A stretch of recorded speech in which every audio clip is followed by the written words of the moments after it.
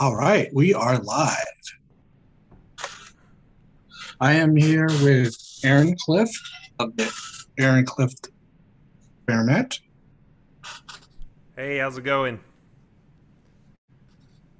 and we're here to talk about his music, the three CDs that he has so far, and the upcoming one that's coming out in January. Um, and to listen to one of the songs, Bet on Zero, and it's very unique. It's something fresh that that's needed these days.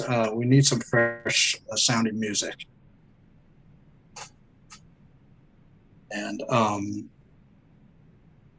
all of that. This new album was based on, you know, I guess during the pandemic, all your ideas came out for that one. Sure. Yeah, this was so the new album. This is going to be our fourth album. It's called The Age of Misinformation, and yes, I did start. So we released our previous album, If All Goes Wrong, in 2018, and I started work writing the new album in late 2019, and we had gone through some band member lineup changes, and I remember we were auditioning our guitarist in our group. His name is Anthony, and we were auditioning Anthony in February 2020, and I told him I had some new ideas, and he did a great job at the audition. And we said, "All right, uh, let's have you learn our songs, and right after the South by Southwest Music Festival, we'll get started on rehearsing regularly and working on these songs." And then uh, I remember they announced that South by Southwest had been canceled like about a week before it was going to happen. And a lot of being in Austin, all the bands here, uh, a lot of them play unofficial South by Southwest stuff as well. It's a huge event just for the whole city, and a lot of bands didn't we didn't really understand the gravity of the situation with the lockdown, and everyone's like, Right. we're gonna still play unofficial South by Southwest, and then that went on for like 2 nights, and then the whole city was like, no, you all need to stay home now. And I was like, oh, okay. So I got in touch with my bandmates, and we're like, yeah, well, just work on your stuff at home, and we'll reconvene in, a month when everything's back to normal. That month stretched on to 2 years, but uh, we found a way to make it work. I started.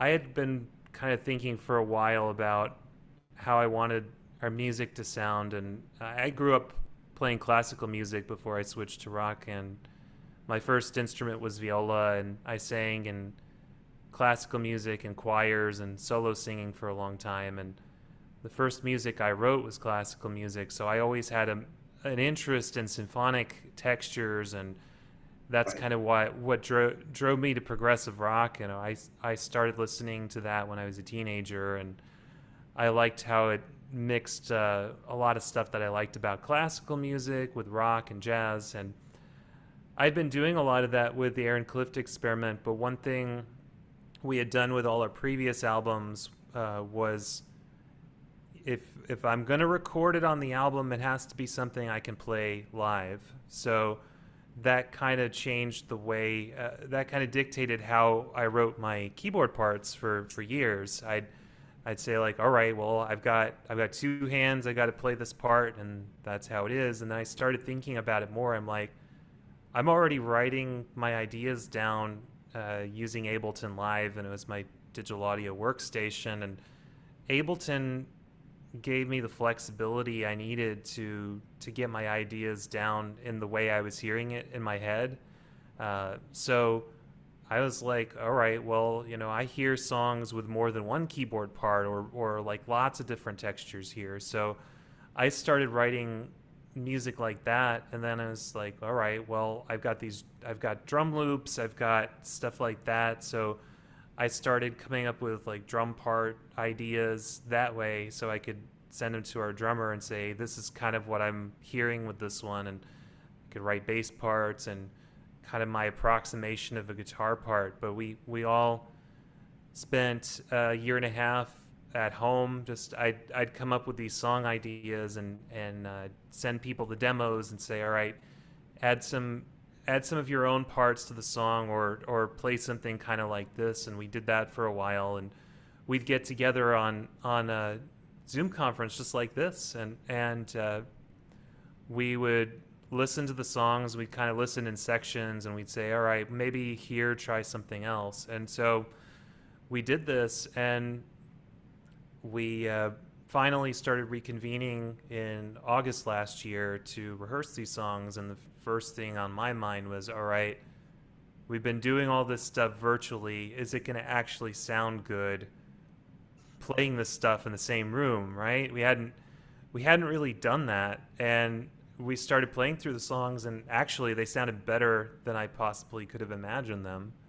And so I felt really good about. On the one hand, I didn't like the fact that this album got so delayed. Like, if it had been, my wish, I would have released this album like a year and a half ago. But it gave us more time to kind of refine the arrangements and work on all these things, and then actually practice the songs. So when we started recording it uh, in April this year, it went very smoothly. This was the easiest album that we've ever recorded, and I think it turned out really well. I'm super excited for everyone to hear it. Yeah, that song, the one that you sent me, it was kind of interesting that it had that big band involvement in the song. It just kind of gave it just something different and fresh to listen to.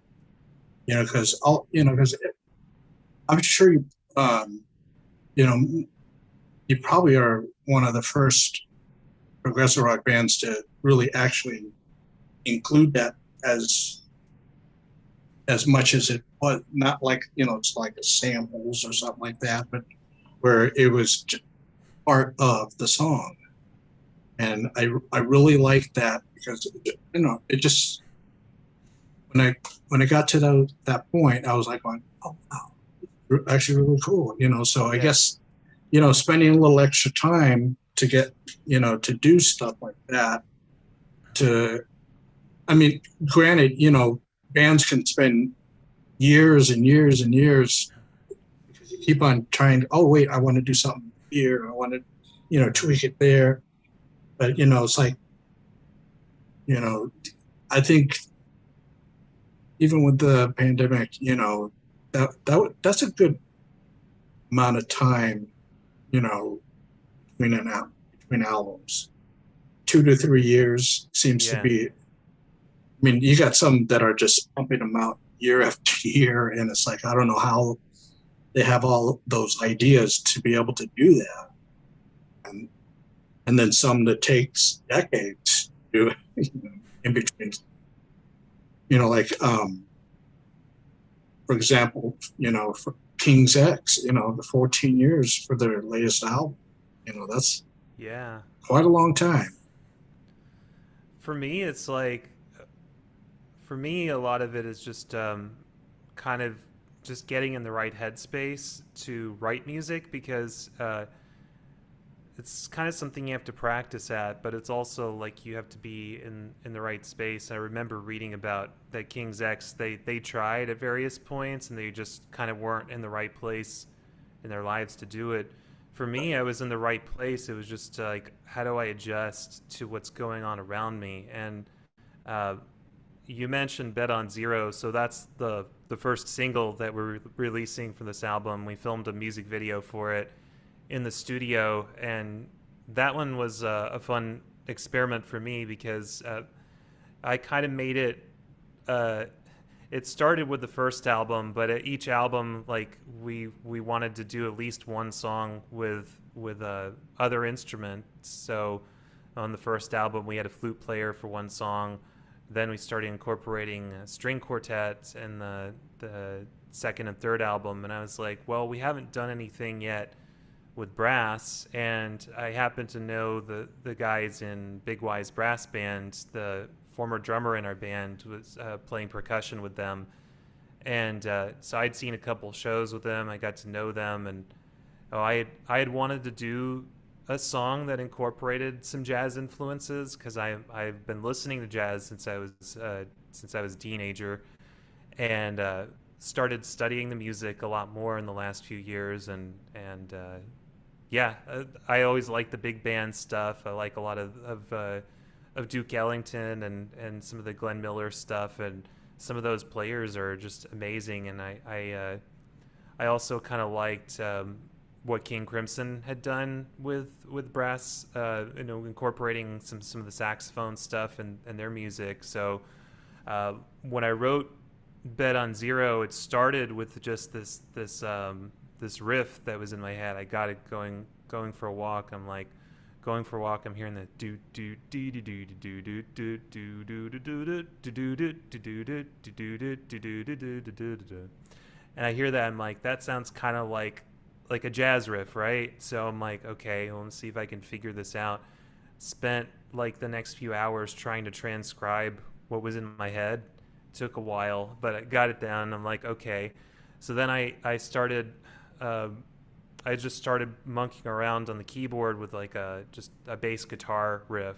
I don't play bass guitar, but I play keyboards, and I can reasonably approximate the sound with samples. And so I did that for a while, and then I started writing, the vocal melody and lyrics for it, and it just kind of grew from there. And I just started adding the other instruments to it. So we added a brass septet to it. So we got three trumpets, alto saxophone, baritone saxophone, and two trombones. And then we got the baritone saxophonist Colin plays a solo. Will, who is the leader of Big Wise Brass Band, does a trombone solo. We've got a guitar solo in there. We even have a drum solo in there. So in true like jazz fusion, jazz tradition, we got solos for lots of people. And yeah, that was a lot of fun to make that. But yeah, I like surprising people. I like surprising myself and just kind of like pushing the limits of what I can do. And I had never written anything for a brass ensemble, so I did a little bit of just research on, hey, what are the best ways to arrange something like this? I listened to a couple jazz albums and put that forward. Yeah, no, I noticed the electric instruments were at times were almost like doing what the brass were doing too. It was I really liked that. It was like kind of almost like maybe an electric big band, you know. Yeah, yeah. That, I tell people, all right, so this song is like take like a Duke Ellington with a little bit of like King Crimson and a little bit of like ZZ Top, and mix it all in a blender with some progressive rock stuff, and you got Bet on Zero. But I think that might describe it. But yeah, that's kind of what we were going for with those mixture of different things. yeah, you know, that's what progressive rock is all about. You know, you got to mix it up, experiment, like in your namesake, you know, and Yeah. you know, it's like don't do the same thing twice. I mean, I was talking with some friends on Saturday night, and uh, they, I was saying, you know, the one thing with progressive rock is a lot of it isn't really progressing. It's doing it in name, I guess, in name only, and and it's always a treat when a band actually does something progressive. You know that you know, and also too is that they change it up each album. You know, you're not having the same album over and over. I just, I mean, that's it. Being as safe as being a mainstream band. You Hmm. know, you got to change things up, try something new. if it works, then you have success. If it doesn't, then you say, "Hey, I tried it." You Hmm. know,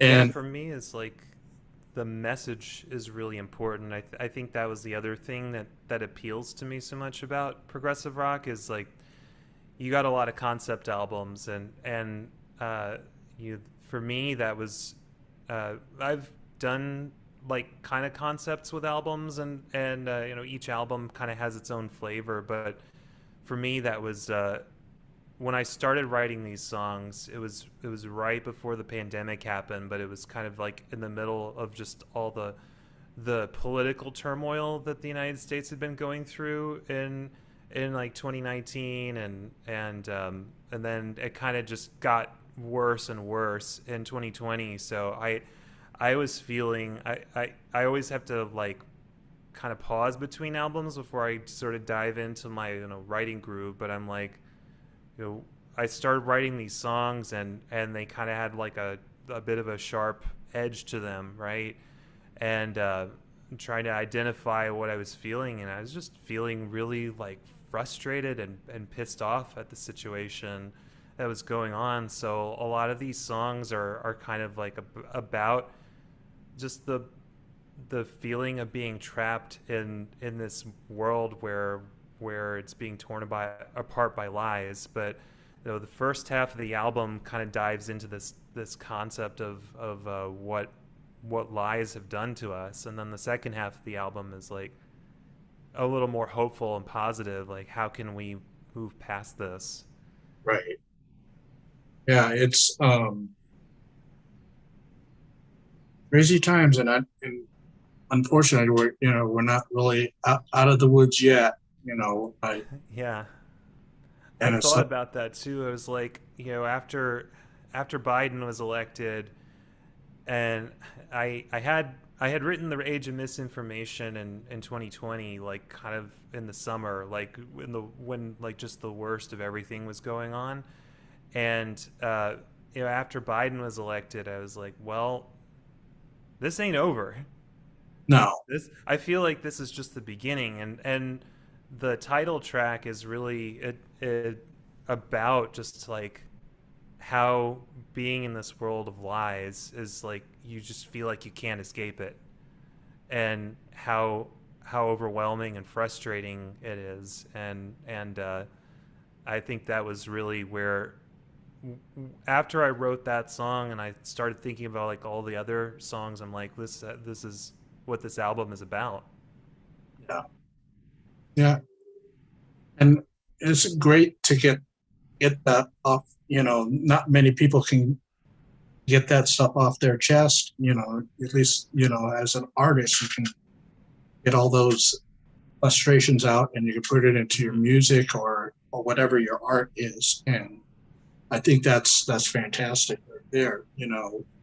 I think if more people were musicians, maybe wouldn't be so much turmoil that we're in right now. Yeah, it was yeah, I mean it was kind of cathartic in a way because like I remember when the Capitol riots happened on January 6th, 2021, and like it took a while for that to like actually sink in cuz I just like I was so like stunned that anything like this would happen. I won't say I was in denial, but I was almost like, wait, what just happened? And then I started like thinking about it, and I had already written Age of Misinformation, but then like it all kind of clicked, and I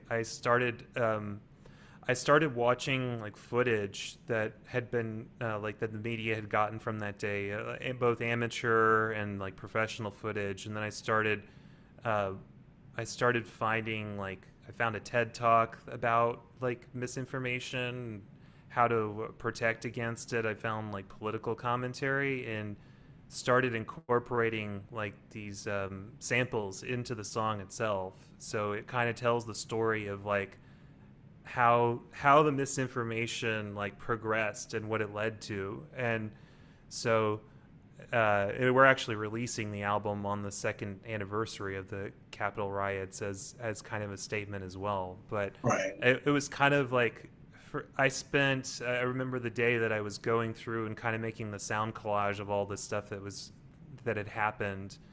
I was inspired a lot by some of the work that Dream Theater had done with incorporating like news clips and that kind of stuff into their music, and Queensryche had done that a lot too. So I was kind of inspired by that, but going through this, like spending hours and hours on this stuff, it was kind of like, on the one hand, it was kind of traumatizing. Like all the stuff started kind of hitting me again, but on the other hand, like when I was through with it, it kind of helped me process my feelings and really feel like I had a better handle on how I felt about this whole situation. Yeah, it felt like a surreal thing, just the same as with 9/11. Just such a surreal Yes, event. yeah. Like um, it's just an odd thing is with 9/11, I was still living in Los Angeles and I had the news on. I just woke up to it and I was wondering why are they playing a disaster movie at 9 o'clock in the morning? And then I looked a little bit closer and I'm like going, no, this is real. And it's like it's just those surreal moments that you'd only think Mm-hmm. someone would dream up for a movie to happen, not in real life, at least not in our country, you Yeah. know. And that's what it was like. It just it like you. It took a little while to Mm-hmm. get to figuring out, and I seen the footage as they keep on unearthing more footage from different sources, and it, like going, this is ridiculous. This people weren't questioning things; they were just taking it. If someone told you that the sky was purple, or purple polka dots, they were believing it.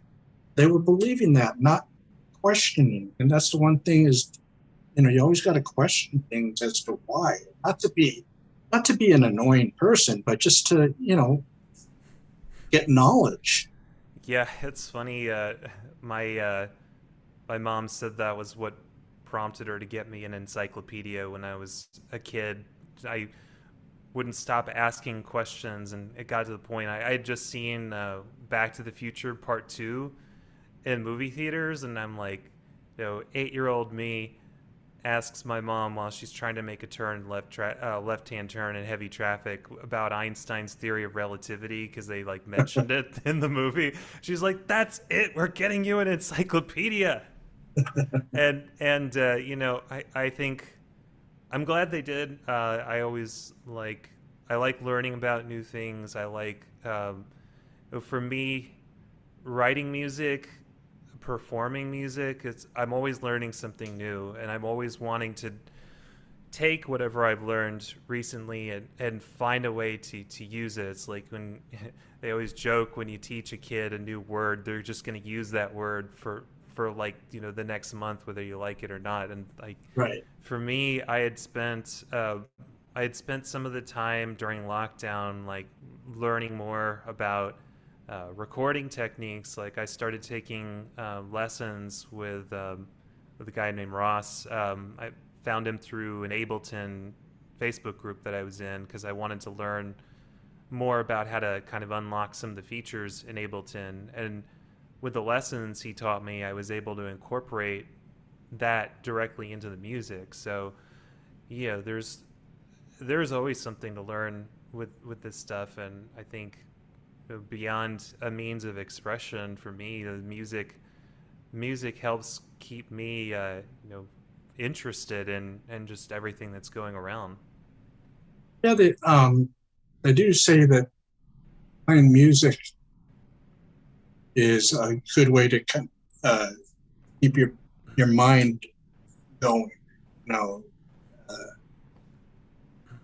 and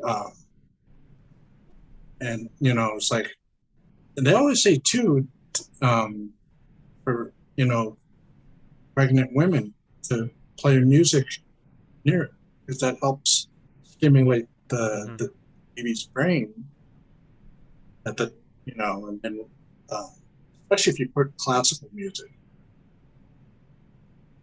put a variety of different classical. I got put your headphones down Mm-hmm. on the belly, and you know, so it's like it really. I mean, from an early age, I mean, I didn't go the route of musician, but I like um, summer times. We in grade school we had field trips down to downtown LA to the music center, and you go to see stuff like Peter and the Wolf and things like that. Mm-hmm. Those little play in the Los Angeles Philharmonic was there and playing the music to back up the play. It was just I enjoyed that more than anything. Those were my concerts that I went to as a Mm-hmm. kid. I didn't go to any really rock concerts um, until my 20s. Yeah. I yeah, I started out going to classical stuff too. Although when I was a kid, my parents used to play records for me all the time. First, it was like children's music, but they they started playing vinyl for me from their collection as well. And I remember when I was 13, that was when I got into like rock music for the first time. I went to a music summer camp, and all the people around me were listening to like whatever was popular. This was in '94, so we were listening to like all the grunge bands that were there, and Right, I remember hearing Soundgarden. I was like, "What is this? This sounds amazing!" So I became obsessed with Super Unknown. That album was what kind of got me into like the modern popular music, but um, I was so excited by it. I was like, I'm playing my music for my dad. So I play him like Soundgarden. And he's like, oh yeah, that sounds like Black Sabbath. So he put on Master of Reality for me. I play him Alice in Chains. And he's like, that kind of reminds me. Some of those harmonies remind me of Crosby, Stills and Nash. So we listened to their debut album. And I play him Stone Temple Pilots. He's like, "Oh, if you like that, you love Led Zeppelin." He plays me Led Zeppelin. So and then then he started getting me into like Emerson, Lake and Palmer, and Jethro Tull, and that was like my beginning introduction to progressive rock. And then starting to research this stuff on the internet with our dial-up connection, barely able to connect to some of these websites, but then reading about like what is this style of music that these guys are playing. It's called progressive rock, and it combines like classical music and rock. I'm like, how is that possible? And then they naming like some of the big bands of the genre, and they're like Genesis. I'm like, the guys who do I Can't Dance. So I was like, and they're like, and then Peter Gabriel was in the band. I'm like, the guy who did Sledgehammer right, was, right, and I know, right? Funny, but that was my introduction. So I went back and listened to "Selling England by the Pound," and then that got me curious. I'm like, how did they go from this to? Because I loved that song "I Can't Dance," but I was like, how did they go from this to that? And so I just that was yeah, and that's how I got into like started listening to all the Genesis albums, and then kind of snowballed from there. I remember buying Selling England by the Pound, Images and Words by Dream Theater, and EGBDF by the Moody Blues, and that was like I bought all three of those albums on the same day, and that was my true introduction to progressive rock. And then that just kind of became my obsession. And you talk about concerts. Soundgarden was my first concert, but I think the besides that one, the first really memorable rock concert for me was seeing Dream Theater on their Scenes from a Memory tour. I saw them twice on that tour. I saw them in Boston when I was in college, and then right before my sophomore year of college, I visited my friend in New York City, and we went to see Dream Theater's concert that they filmed at Roseland Ballroom, which became the Scenes from New York album. So I got to see that one in person. That was probably my most memorable rock concert of all time. Besides that Soundgarden one, it was just amazing. But yeah, like uh, I really missed that stuff during the pandemic, going to see live shows. So this year, after I got vaccinated and boosted, the big big concert for me was seeing Leprous in March, and oh my god, that was amazing. I saw Leprous and I saw Pain and Salvation in May, and both of those concerts were just unbelievable. Yeah, Pain of Salvation is talk about a unique band. They change it up Yes. every album. It's just something. Yeah, I have enormous respect for those guys. I don't like every single thing that they do, but I'd say like you probably the vast majority of what they've done, I like it. And every album they've had at least a couple songs that I really dig. But yeah, they were a huge influence on me. I started getting into Leprous in the last few years, and they blow me away. I don't know how they pull off all the stuff they do, but you want to talk about a band that's like pushing things forward, they're it. Right, right. Yeah. Yeah, there's just so much out there. And then like you were saying, a lot of people have been going back to concerts, as early as last year sometime, to smaller, more controlled things. And then slowly, I think slowly we'll get back to the fullness of it, where it's like, Mm-hmm. um, me personally, I wouldn't go into an indoor place. Mm-hmm. You know, I would if something cool came to my town. We have a outdoor amphitheater. If a band that I wanted to see came there, I'd probably go to that because it's an open air, so it's like Mm-hmm.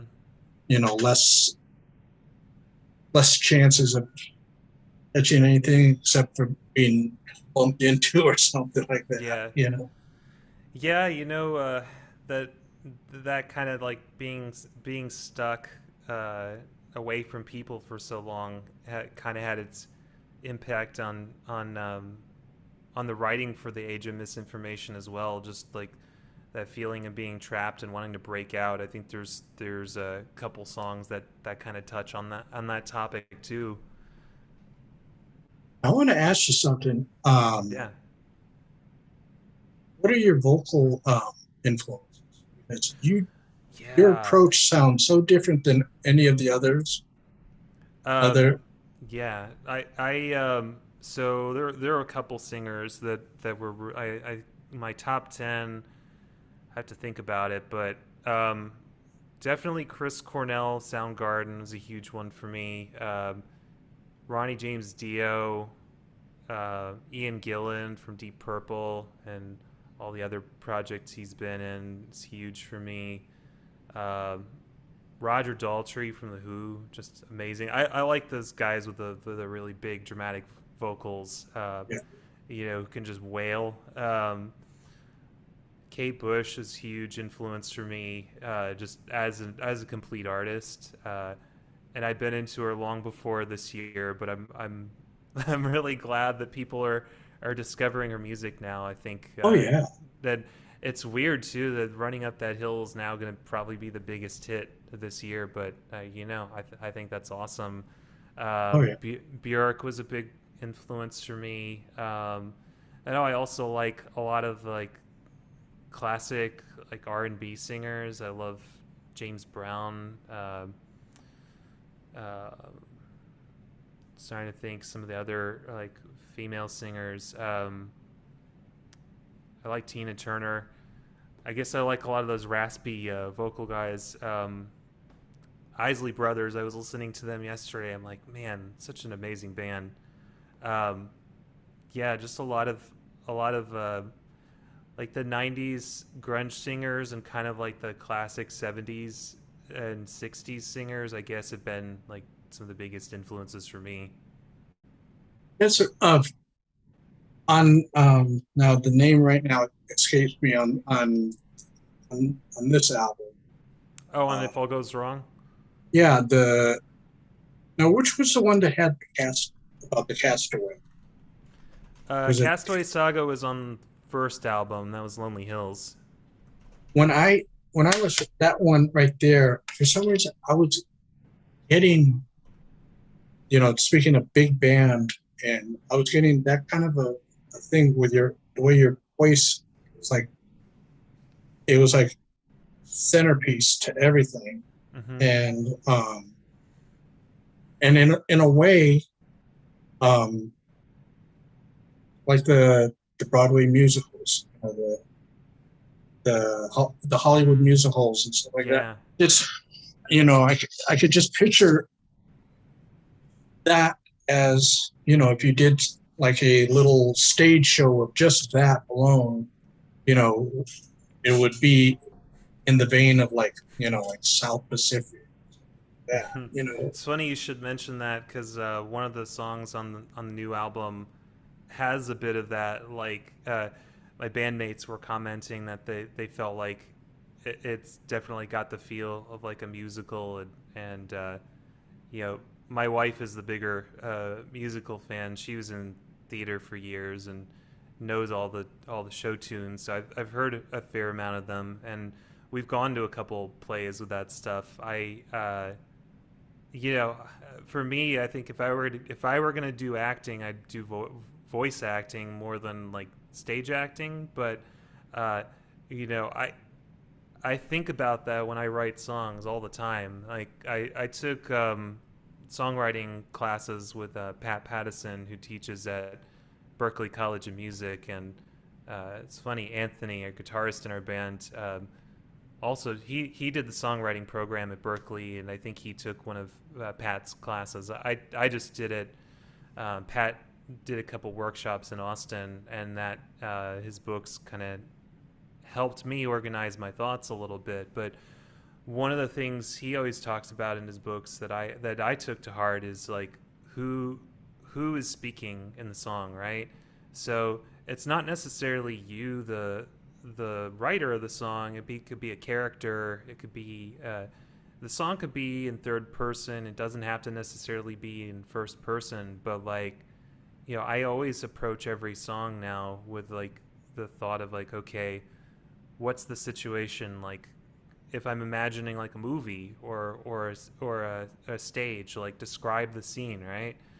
Paint it with your mind, and then that, even if the song is not necessarily about a particular like plot or anything, like Bet on Zero has a story to it, right? But not all songs have an exact like story to them. It might just be a mood that I'm trying to create, but I still think of it like if this were a stage play or like an aria from an opera, like who would be singing this? What would the character be? What would they be thinking about in that moment? And that, I think you bring up a good point, and I guess that's maybe what you're hearing is like, that's the thought process for me that goes into a lot of the songs. So lyrics are important for me. Creating a mood, creating a feeling of something. yeah, it's really good, and of course, a lot of people will know of your band because of you played at Ross Fest. Was it 2017? Yeah, in 2017 we played at So Rossfest. at least you. Now, was that when they moved down to Florida, or were they still No, up they in? were still in. They were in Gettysburg, Okay, Pennsylvania. Then I haven't. I wanted to make it to the Florida one this year. Didn't make it this year. I'm hoping to go next year, or maybe a year after or something. But I keep in touch with the fans and the people I met at Rossfest. I like that about the progressive rock community. Is it is a community. It's my kind of people too, because we're all a bunch of music nerds, so we all sit around and talk about this stuff. oh yeah, And yeah, it's awesome.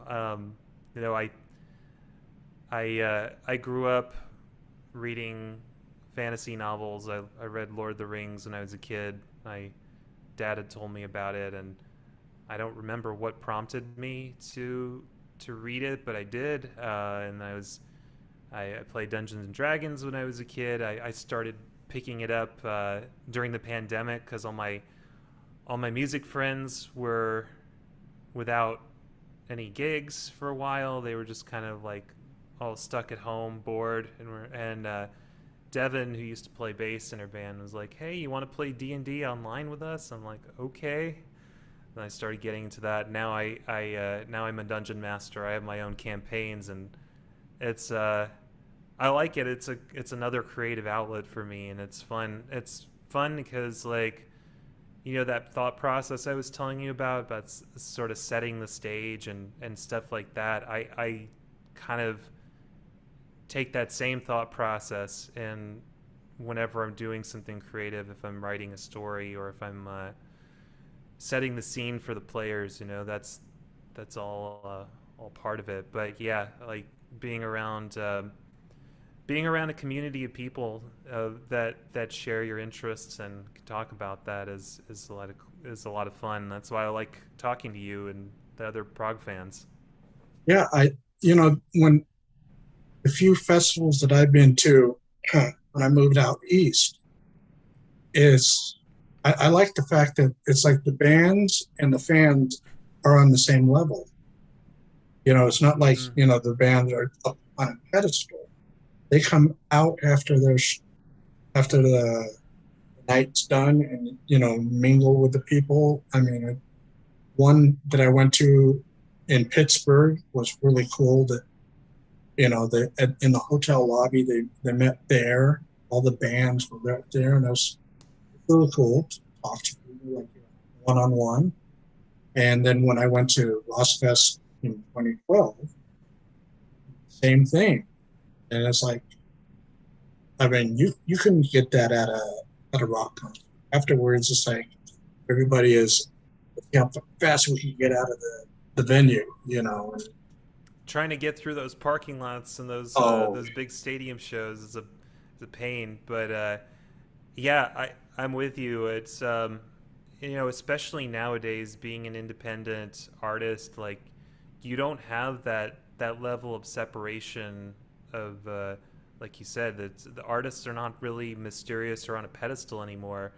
The the craft of and the emotion of the art is still there, but I think people have kind of come to expect now that artists need to be accessible. And I talk to fans all the time. I talk to them every day and just chat about stuff, ask them how they're doing, and we talk about all sorts of stuff. And I think the artists nowadays, I think the younger generation of people kind of just know that intuitively because they've grown up on social media. It took me a little while to kind of like get used to it because I was born in 1981. I'm like the last generation that grew up without social media, but then the first generation to adopt it. So I kind of have my foot in both worlds, and it being introverted and everything for a long time, it was hard for me to kind of like open up and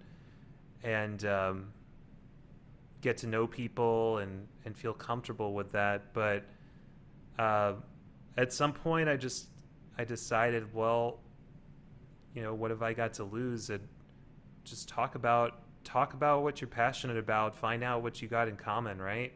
exactly. And yeah, going to events like Rossfest and talking to people online, I realized that uh, there's a lot more people out there that are like me, and a lot of people out there who are just as like socially awkward or enjoy music, and it gives you something to kind of bond over, and I like that. Exactly. Yeah, that's the one thing. It's so difficult when you're into a genre specific style of music, whether you're a musician or a fan, is to find other people that are into it. But now with social media, you can get groups of people. They could be in far corners of the earth, and they could go on. Like doing Zoom calls with friends. Mm-hmm. Someone could be in LA, the other could be in London, the other could be in Japan. Tokyo or something like, and be able to instantly be able to talk about what they love.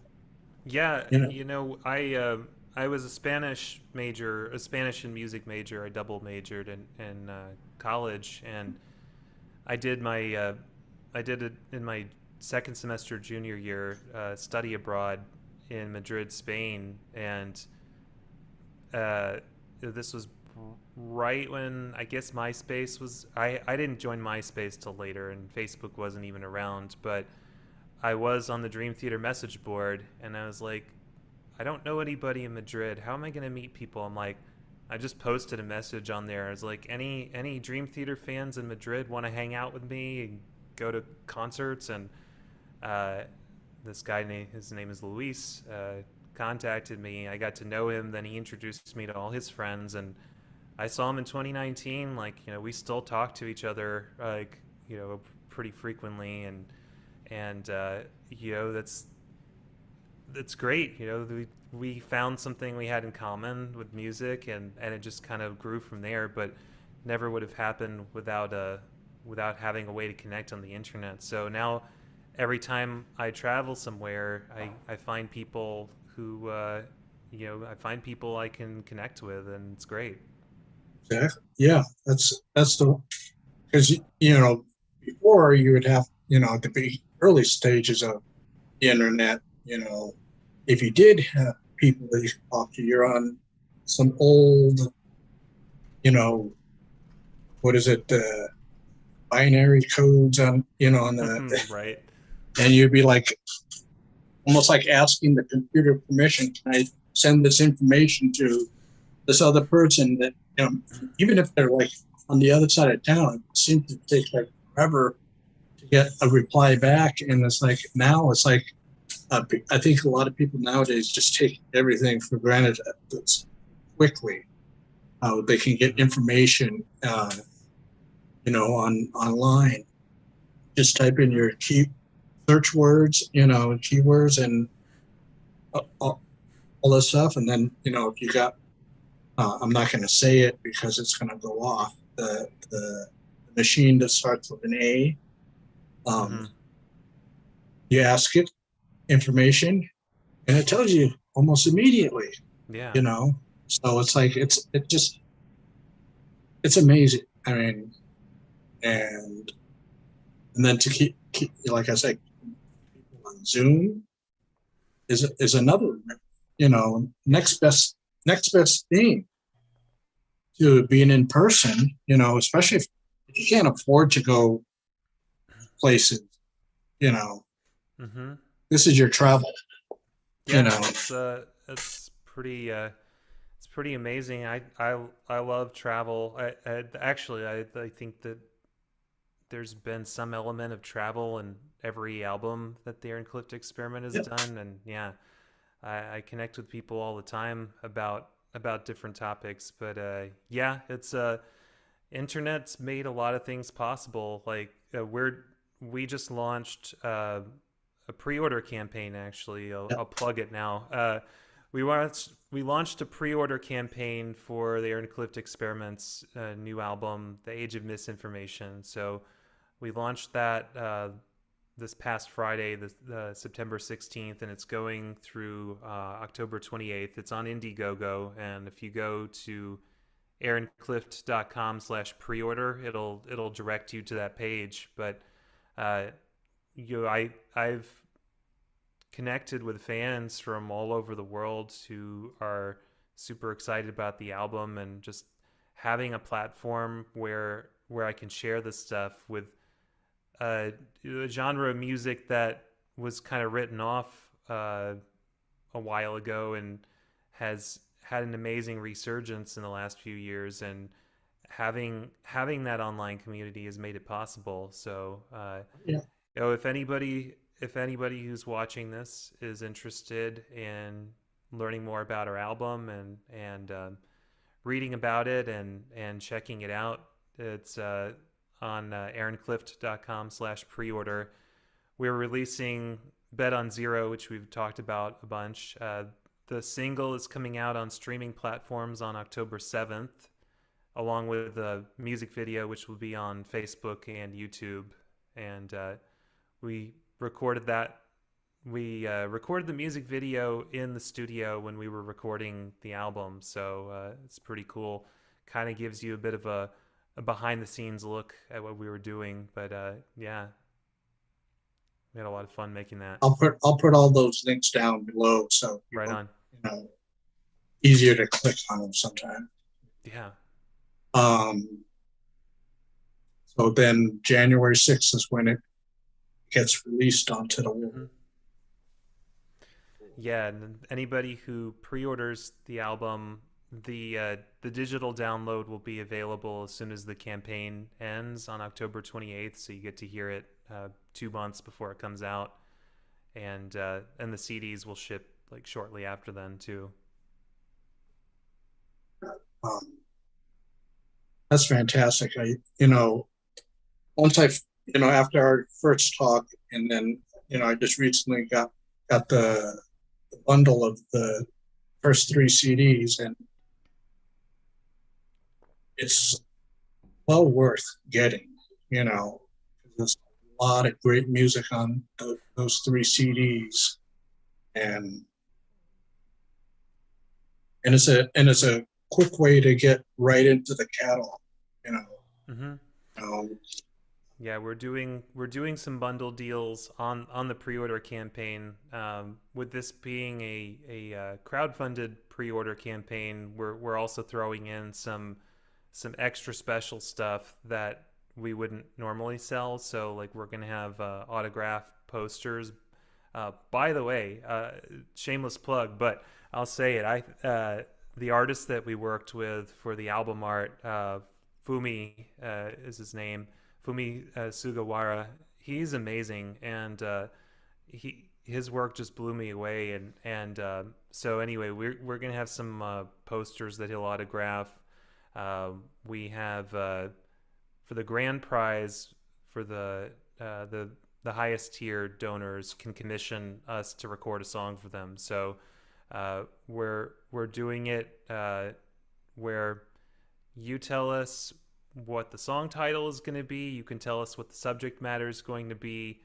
We'll give you like a menu of like you can choose the tempo, time signatures, key signatures, all that good stuff. And then if you play an instrument or you want to include yourself on the album on that song, you can do that as well. But we'll write a song. We'll write and record a song up to 10 minutes in length for you. Then what other unique items we have? So on one of the songs on the album, our drummer Pablo is also a percussionist, and he loves to do a lot of auxiliary percussion instruments. And so he made a shaker out of bottle caps. So it's like a string with all these bottle caps, and it sounds like rain. And he'll make a bottle cap shaker for it's one of the higher tier options, but he'll make a custom one for anybody who wants it and sign it too. So I thought that was pretty cool. oh yeah, that's the one thing a lot of bands now are doing is when they do crowd crowdfunding projects. They give a little extras just to you know incentives to Mm-hmm. help support the band, because being independent, money you make off the CDs and merch and stuff like that, that's that's where you get a lot of the money. And Mm-hmm. and then of course once we're back into the swing of things of live shows, Mm-hmm. on a regular basis, then you make money that way too. And but the incentives are something to kind of get the fan closer to you, Yes. and they have a piece of memorabilia that they say, hey, I was a part of this, you know the crowdfunding of it, a little bit of a part. That's Yeah, pretty cool. I just want to give people cool stuff. Like, we crowdfunded our last album, If All Goes Wrong, and I remember having a meeting with my bandmates trying to brainstorm what kind of unique stuff we could have for that campaign. And we came up with the idea of socks. So, socks that had our band logo on it. That was a popular item. With this campaign, we were thinking about things that would tie in to the album, like, and so uh, "Bet on Zero" is a song about a guy with a gambling addiction. He lies to his partner, his love about it, and abuses her. And anyway, we decided branded playing cards. So we've got the backs of the cards have the art. We commissioned some artwork for the single Bet on Zero, so that you got that artwork on the back, and I thought that was really cool. So yeah, any card sharks out here listening? Yeah, we've got Aaron Clift Experiment branded playing cards that you can get with the crowdfunding campaign. Yeah, you could be the cool kid on the block. Yeah. Yeah, so it was a lot of great stuff there to reward the fans. The new album, you know, coming out. What a great way to start off a new year, bringing out a brand new album. You know, Mm-hmm. the fans, it's kind of like a little extra treat there in a way. You get, you know, you'll probably be one of the very first albums in the year. So that's also something right there. People will remember, say, oh, Aaron Clift Experiment put out something at the beginning of the year. Just Mm-hmm. so, you know, Yeah, I hear people say, I read all the advice, and I am part of several like music communities that talk about like marketing stuff, and traditional wisdom says that you shouldn't release something like right in the beginning of the year. But I'm like, well, you release. My feeling is release it when you're ready, right? You got to do what makes the most sense. We were kind of ready with these songs like a year ago, but now that I've listened back to the recordings I make, I'm like, no, we weren't ready a year ago. We had delays because of the pandemic and just other stuff, but I think the end result's going to be much stronger, and I think that's yeah, like you said, it's a great way to start out the new year with a new album, and I'm excited about this. I always say people when we release new albums, it's our best music yet. But no, I really mean it. I'm really proud of how this music turned out, and what it means to me and my bandmates that we came up with this stuff. yeah, that's fantastic. I mean, you got to be proud of your music, because then that'll help help sell it. If the artist is proud of what they've accomplished on their album, that's going to help on the selling point. But for some reason they don't seem to, like in the old days where there was sometimes where artists were contractually obligated to put something out, Hmm. that's another story. Now that you're in full control, you Yeah, know, and I had this discussion with people all the time, and like I've heard people say that it's harder harder than ever for an artist to make a living, and in some ways that's true, but in other ways it's actually not. Like, if you think about it, those artists back in the days when you had to go through a major label, they were the ones who had all the control, right? They had the access to the funding, they had the access to the distribution, they had the access to the radio stations where people would hear stuff. They had the access to the recording studios where you'd actually get a good sound. So, aside from maybe some of those punk bands that were doing the DIY stuff in the 80s when that was like almost unheard of, like you just couldn't really get yourself out there like that. And nowadays you can. Of course, the flip side to that is the competition's higher than ever, like just to get noticed. But I also think it takes fewer people to kind of sustain a career, but those people you need to really, like we were talking about earlier, you got to connect with your fans. You can't be isolated from them. I think that's the other thing that's different now versus back in the days. Like the artists kind of had the record label as a middleman, and there's no middleman anymore. Yeah, it's just, you know, how did you say more money goes to you directly, you know, than past. And the more it goes to you, the more you can invest into, you know, future projects, you know, and, you know, then you got creative control because you don't have a label telling you, no, Aaron, you can't do that. You know, got to keep the songs under 5 minutes. I had that discussion with my bandmates. We were talking about Bet on Zero because the song is almost 11 minutes long.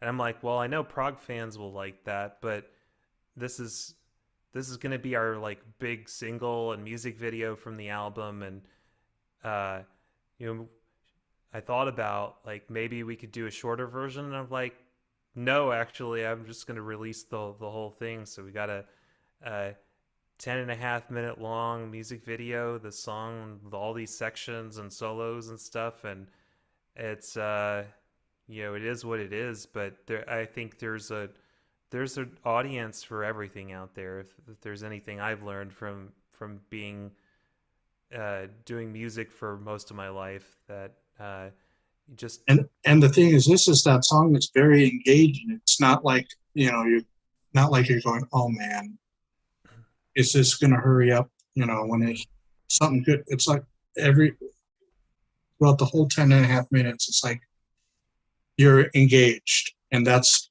an important thing. Even with long songs, you got to keep someone engaged, or else they'll lose interest. They'll shut it off. You know, maybe they'll return back to it, but you keep them engaged, they're going to listen to it all the way through. yeah, I mean, to like for me, um you know, the best music that I've been listening to lately, it grabs my attention. Like, uh, you know, that's for me what it's that's always a very subjective thing too. Like what one person might find interesting, another person might find super boring. But Right. uh, you know, there's certain thing that I tend to be biased. You know, I'm a singer, so I tend to gravitate immediately towards somebody with a unique voice or somebody with like a really cool voice. I think that's probably why I was drawn so much to like Leprous, Pain of Salvation more recently. Why the shows were so awesome, seeing them. But you know, it's the whole package, really. There might be something that sort of gets you in the door, but yeah, it's everything. Oh, well, I want to thank you very much for taking the time, and thank you for, you know, the reschedule. You know, it's like I knew I needed to get you in here, and I figure, okay, Mm-hmm. do it, do it now, you know, and I'll put all those links down below, and people will be able to re-watch it if they didn't catch any of it. You know, they can always Mm-hmm. watch it, and welcome to use it as promos if you need to. You know, a little over an hour, so you can use that too. You know, Yeah, so Ron, it's always a pleasure talking to you, and appreciate everything you're doing for to support us in the progressive rock community. well, you know, it's the bands that make me keep on going back. You know, it's great music. You know, so much of it out there now.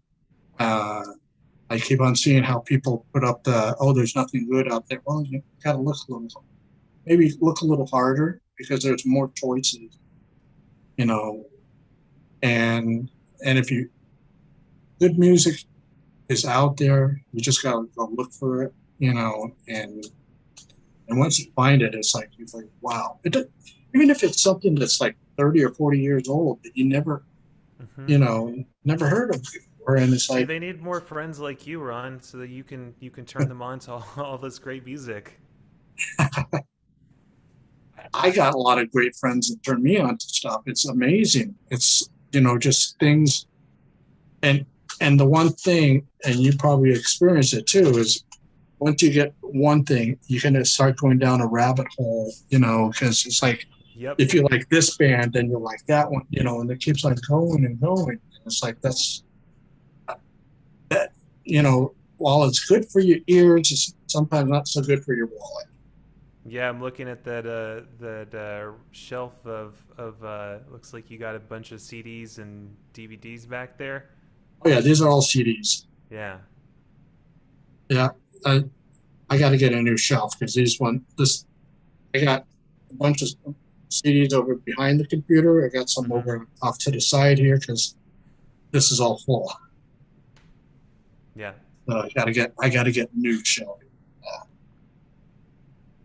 But makes a good background. Mm-hmm. Yeah. Better than my cluttered office space here, but hey. All right, Aaron. Well, thanks again for taking the time and joining me on here and Oh yeah, you're help very promote your welcome. album. And I'll talk to you soon. All right. Yeah. Sounds awesome. Thanks so much again. Oh, you're welcome. All right. All right. Talk to you soon. Bye. Bye.